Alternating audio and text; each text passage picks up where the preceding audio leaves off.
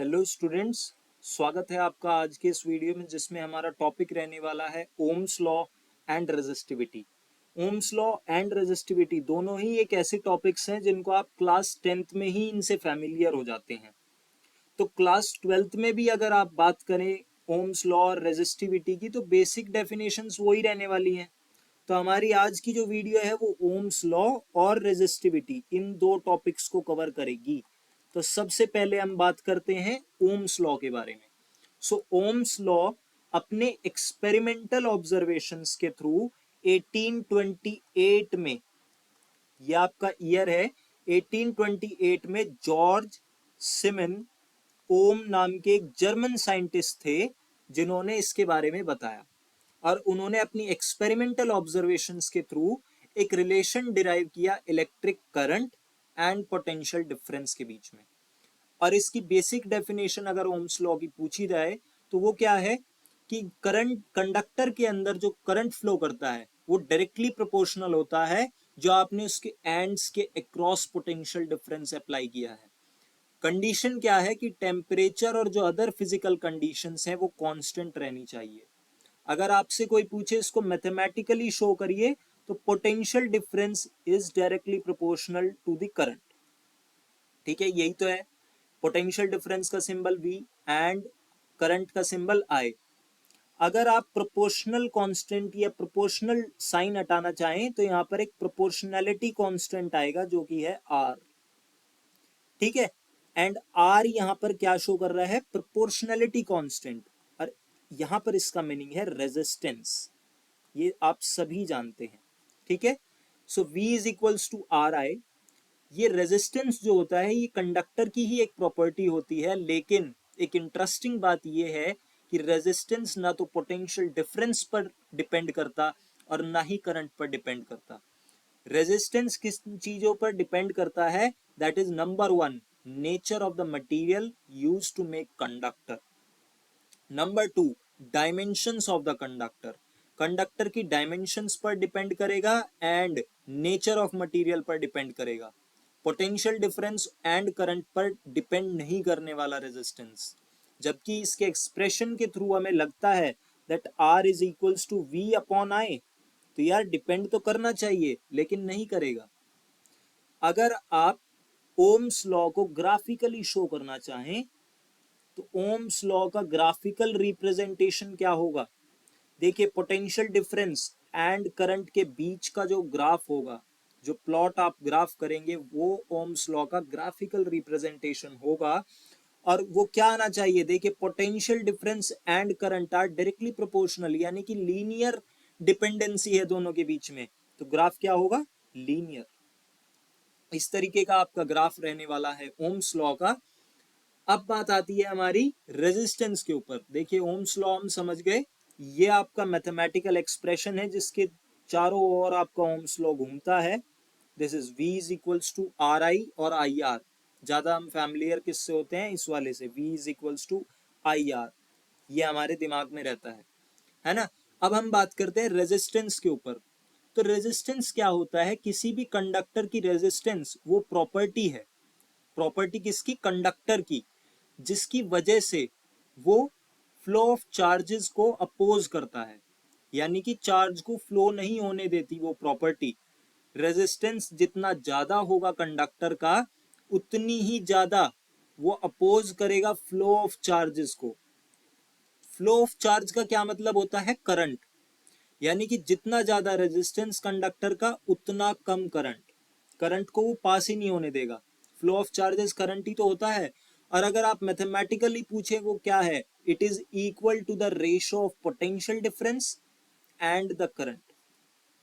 ठीक है, so V is equals to IR and R is equals to V upon I, ये हम जानते हैं।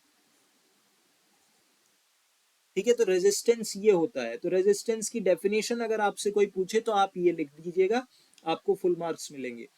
SI unit of resistance is ohm. ठीक है, SI यूनिट के बारे में बात करते हैं। SI यूनिट रेजिस्टेंस की क्या होती है? ओम। इसको आप इस तरीके से रिप्रेजेंट करते हैं। और इनके जो ओम्स लॉ को जिसने डेराइव किया, जॉर्ज सिमन ओम, उन्हीं के नाम पर इसकी यूनिट है, उन्हीं के ऑनर में इसकी यूनिट है ओम। ठीक है, इसको इस तरीके से आप रिप्रेजेंट करते हैं ओम को। एंड अगर आपसे कोई एसआई यूनिट की डेफिनेशन पूछने लगे तो मैंने आपको सिंपल सा तरीका बताया है कि इस साइड एसआई यूनिट लिखिए, 1 ohm is equals to 1 volt divided by 1 ampere. ठीक है, so it is 1 volt per ampere. ठीक है, तो 1 ओम रेजिस्टेंस कंडक्टर की जब होगी जब आपने 1 वोल्ट पोटेंशियल डिफरेंस उसके एंड्स के अक्रॉस अप्लाई किया है और 1 एम्पियर करंट उसके थ्रू फ्लो हो। ठीक है, so the resistance of a conductor is said to be 1 ohm if a current of 1 ampere flows through it on applying a potential difference of 1 volt across its end। कोई भी material जिसके अंदर कुछ resistance है उसको आप कहेंगे resistor. ठीक है, कोई भी मटेरियल जिसके अंदर रेजिस्टेंस है उसको आप क्या कहेंगे, रेजिस्टर। रेजिस्टर का क्या रिप्रेजेंटेशन होता है, तो अगर आप फिक्स्ड रेजिस्टर की बात करें यानी कि उसकी कांस्टेंट रेजिस्टेंस है, यानी कि कांस्टेंट रेजिस्टेंस है, उसको आप इस तरीके से शो करेंगे।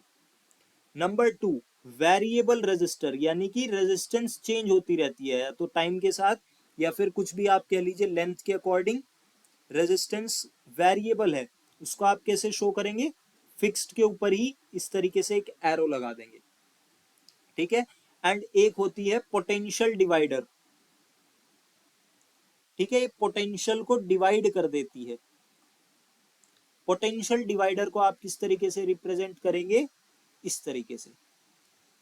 ठीक है, तो ये 3 रिप्रेजेंटेशंस हैं रेजिस्टर के जो कि आप मोस्टली यूज करने वाले हैं।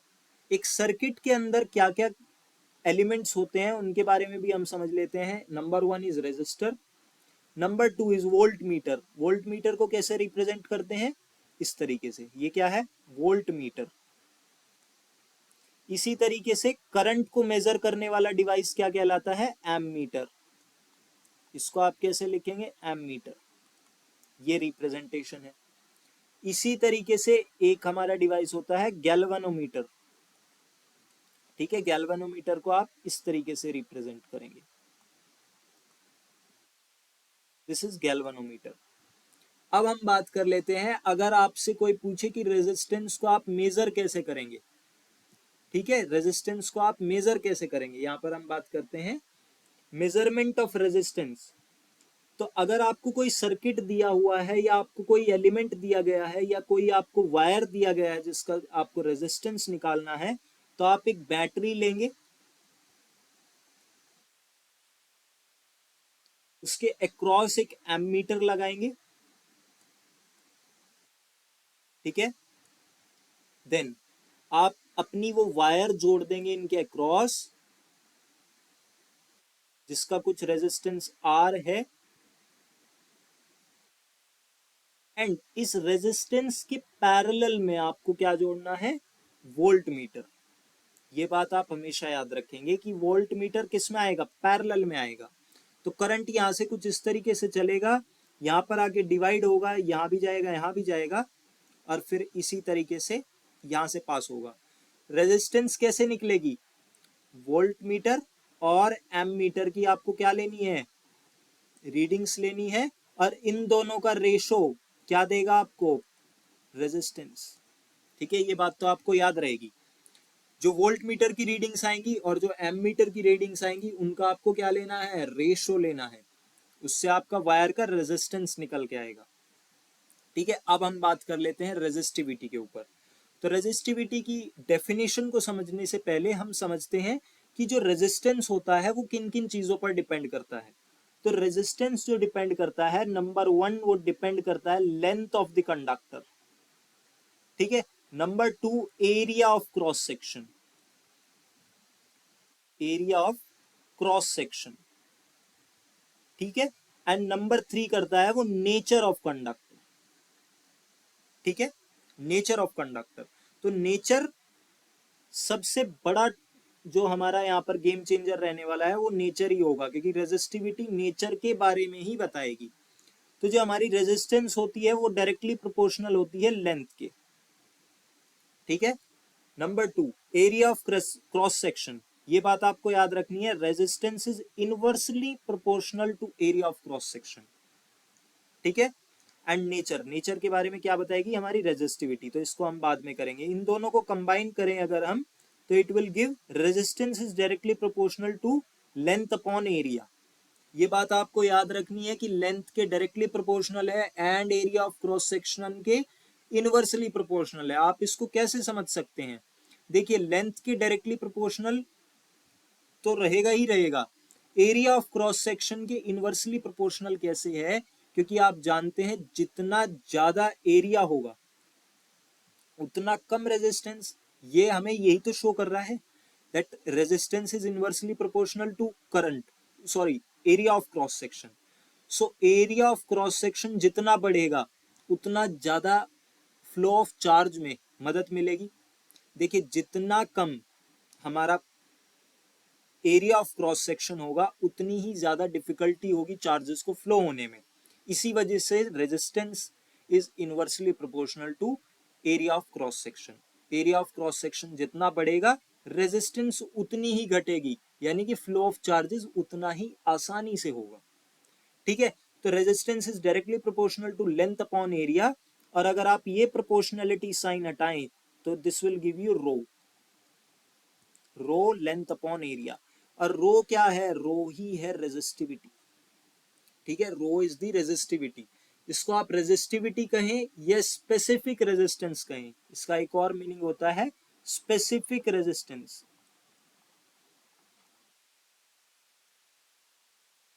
ठीक है, स्पेसिफिक रेजिस्टेंस। अगर आपको इसकी डेफिनेशन बतानी हो तो आप क्या करेंगे, नंबर 1 लेंथ को मान लीजिए 1 मीटर, नंबर 2 एरिया को मान लीजिए 1 मीटर स्क्वायर। तो रेजिस्टेंस क्या आ रही है, रो के बराबर आ रही है, क्योंकि ये 1 और 1 हो जाएगा। यानी कि किसी भी मटेरियल की रेजिस्टिविटी आप डिफाइन कर सकते हैं एज द रेजिस्टेंस, कंडक्टर का रेजिस्टेंस। कौन सा कंडक्टर, जो कि मटेरियल से बना हो जिसकी यूनिट लेंथ है and unit area of cross section है। बात को समझे, यानी कि किसी भी मटेरियल की रेजिस्टिविटी को आप इस तरीके से डिफाइन कर सकते हैं कि वो क्या है, वो रेजिस्टेंस ही है, किसकी, जिस कंडक्टर की यूनिट लेंथ हो और unit area of cross section हो। ठीक है। तो एक ये स्पेसिफिक रेजिस्टेंस इसीलिए आया है स्पेसिफिक रेजिस्टेंस, एक स्पेसिफिक मटेरियल की रेजिस्टेंस ही है रेजिस्टिविटी। रेजिस्टिविटी की एसआई यूनिट क्या होगी, तो आप इस फॉर्मूले के थ्रू ही निकाल सकते हैं, R is equals to rho L upon A. तो यहां से हमारा रो क्या आएगा, R into A divided by L. R की एसआई यूनिट क्या होती है, ओम, एरिया की meter square, divided by length की मीटर। सो ओम मीटर, ये होगी हमारी रेजिस्टिविटी की एसआई यूनिट, ओम मीटर। ठीक है।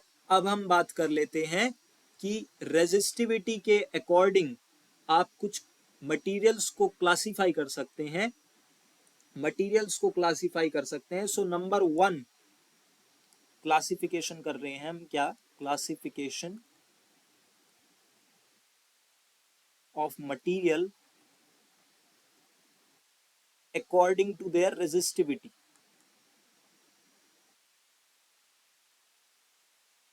ठीक है, रेजिस्टिविटी के ऊपर डिपेंड करेगी हमारी मटेरियल को क्लासिफाई हम कर रहे हैं। So number 1 is conductors. Conductors जैसा कि हमें नाम से ही पता है, जो कि इलेक्ट्रिक करंट को बहुत ही आसानी से पास कराएं, या फिर ये कह लीजिए जिनके थ्रू फ्लो ऑफ चार्जेस काफी आसानी से हो जाता है। अब चार्ज का फ्लो आसानी से हो रहा है, इसका क्या मतलब है कि रेजिस्टिविटी क्या होगी, लो, लो रेजिस्टिविटी। हम यहाँ पर सीधा सिंबल यूज कर लेते हैं, लो रेजिस्टिविटी।